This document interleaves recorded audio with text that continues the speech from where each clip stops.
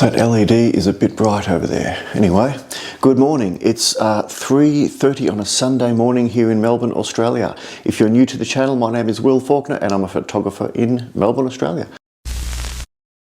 Today we're going to shoot 4 beverages in my little garage studio here. We're going to shoot a Coca-Cola bottle, we're going to shoot a mineral water and a couple of others, and we'll do some splash work after too, where we splash the product behind the bottle and try to do a composite of that as well. I'll take you guys along for the journey the best way I can whilst pushing hard all day to get these done by the end of today. I need to have these shot and edited and up on my website by the end of today, as I have a marketing campaign going out to beverage companies in the morning. So if they come to look at my website, I've got to have some products there. I have some already, but not enough. Anyway, I diverge. Let's get started. I'll take you guys along for the ride. Come along. Okie dokie, let me take you through the first of the 4 beverages. Now, I've got my usual plan here, which is my sketchbook. I've got the sketch drawn out here, and you can see I've got the bottle with a soft shadow, a bounce card, blue paper cove, scrim, and a steep angle light. It's hard for me to get a steep angle light because my roof is low here. I can touch the roof, but I do the best I can. And I'll show you what setup I have. I have a C-stand here with a Profoto B10x Plus. That's actually 2 days old, that light. It's doing really well. Aren't you, little light? You're doing really well. Good on you. And I've got another C-stand here. Thank you to the team at Profoto in Melbourne for these C-stands, these Kupo C-stands. They've been really good. I'm not a gear guy. I don't like to talk about gear on this channel, but I do like strong gear that you can rely on. And this is a diffusion panel. This is photographic paper, 1.5 stop diffusion paper. And that's acting as a giant scrim there. So obviously the light is coming through. It's set back away from the scrim, so we get a soft spread of light, or a large spread of light, I should say. And we have a blue paper cove here.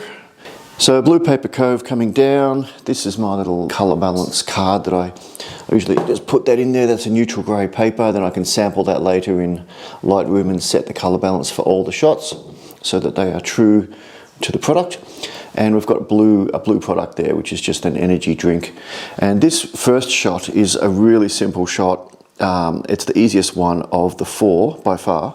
So it's just simply a soft gradient of light falling off to the right. Ignore that shadow, that's from the actual LED in the studio here. But it's going to be a soft pool of light around the bottom there, of shadow, sorry. And a simple 45-degree angle. We've got a tethered camera set up here, which is, again, if you're a gearhead, I'll run you through it, but I'm not a gearhead. This is a 5D SR, which is a 50 megapixel camera, a 100mm lens, which is a Canon Macro L lens. Trigger, I got that trigger this week on Facebook Market for 275 Australian dollars, and the new Profoto one, which I could have bought with that unit, was over $600. So, you know, for the money I saved, I was able to buy a beauty dish, brand new, which I couldn't find on Facebook Market. I would have bought it secondhand if I could have found it, as I would have done with that light too, but I could not find that secondhand. So yeah, that's the gear for all you gearheads. We've got a bounce card over here, and we're tethering into Lightroom. And with the bounce card here, it's going to be kind of difficult for me to see the previews, as I've got to shoot here, then walk around behind the bounce card and have a look at them.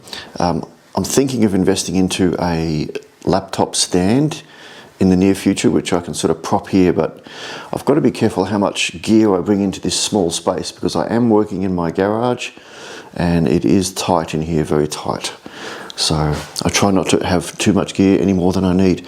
So let's get started, and I'll take you on the journey of today's 4 shots. This is the first composition for this basic product shot. Now this is aimed at beverage manufacturers. So these are the guys that make the drink, put it in the can, and then other companies will rebrand it as their own product. So I'm really looking to create a simple photo that says, yes, I can shoot you a plain product shot for your website so you can advertise to your customers. This shot does not have to be anything elaborate or fancy, but it does need to be technically correct with the product upright, no shadows in the cove, and you know, the composition looking correct. My first thoughts are this 45-degree angle is too steep. I'm going to come down a little bit and lower the angle.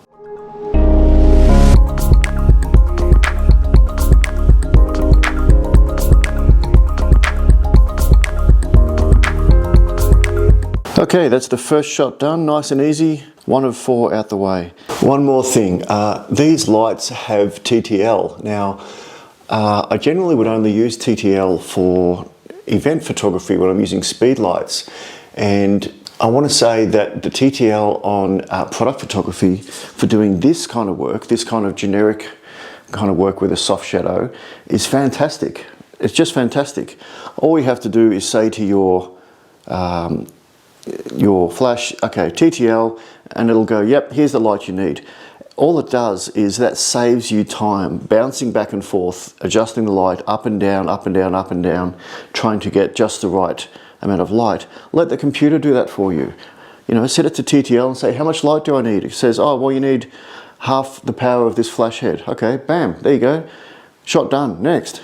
Okay, so we're on to the next shot. Let me show you here. Now, this is a simple setup that we are borrowing from the last shot. So I don't want to have to waste my time, you know, changing this to a different setup each time. Let's knock out the 2 shots that require the same lighting, obviously, and then we can change the lighting setup for the next one. So it's just one can resting on top of another can. I've got a piece of thumbtack behind the top can to stop it rolling away. 2 lime wedges, a piece of MDF board which I have painted in green. That's just a sort of a, I don't know what you'd call that, a lime green, is it? Not sure. But you can adjust the hue of the green in editing, so anything close to the product will come up just fine in editing. So yeah, green on green on green, soft shadows. Let me show you how it turned out on the computer. This is just a quick edit in Lightroom, and you can see that you know, the shadows are fine, the highlights are fine, and it comes up quite nice. So on a thumbnail on a website, that will look just fine.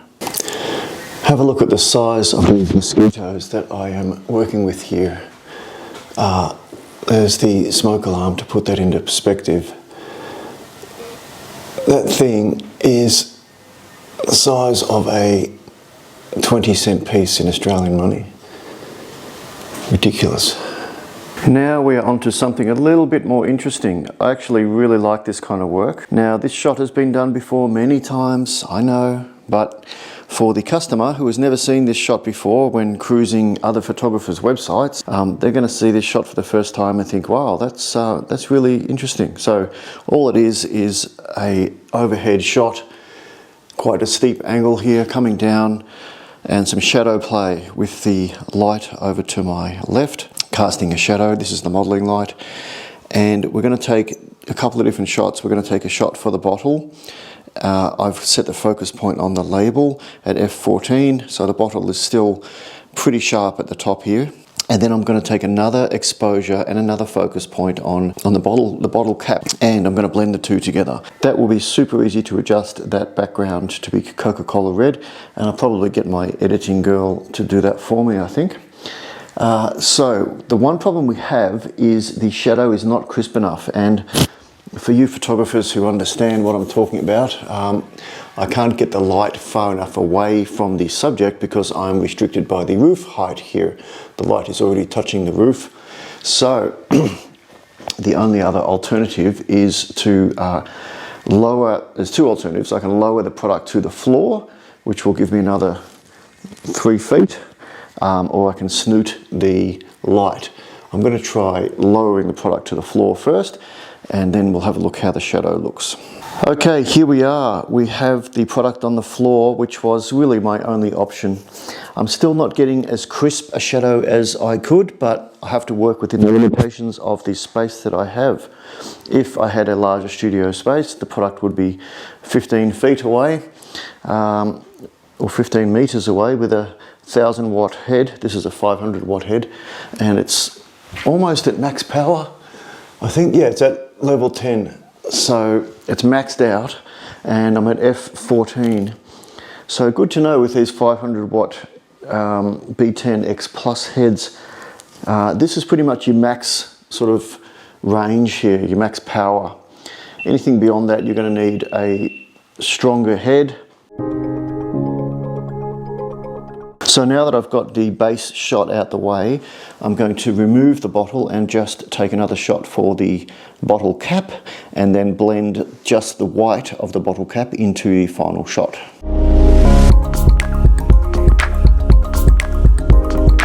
Welcome to the madness.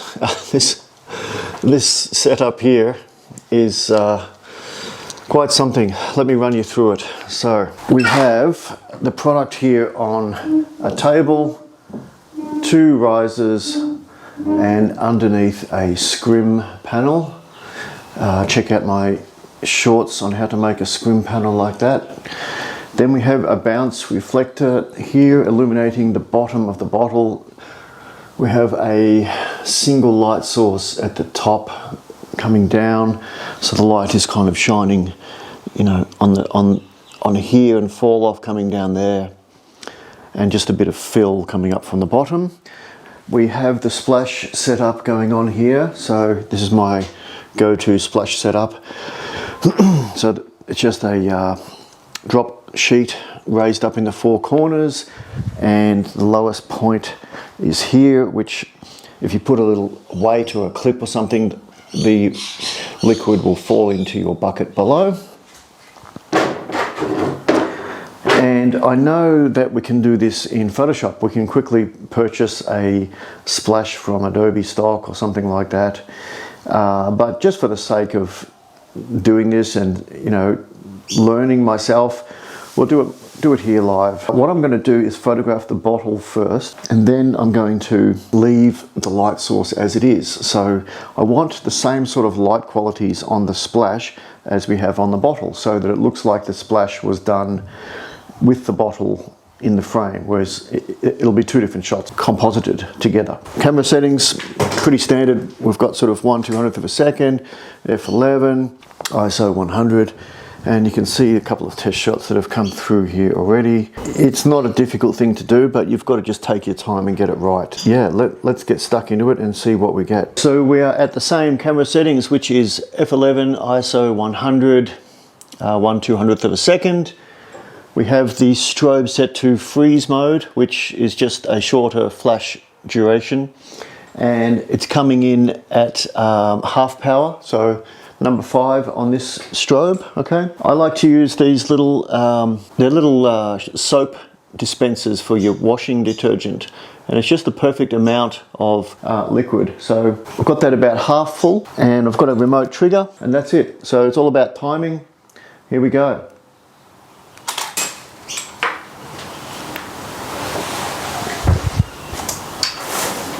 Make sure when you do this that you change the camera to manual focus. So when I focused on the bottle, I locked the focus back to manual, removed the bottle from the composition, and now my focus plane is here. So I've got to throw the water on the same focus plane as the bottle. I've got some good splashes there. In about, 2 or 3 minutes, I've got some perfect splashes. So I'm over to the other side now. Here we go.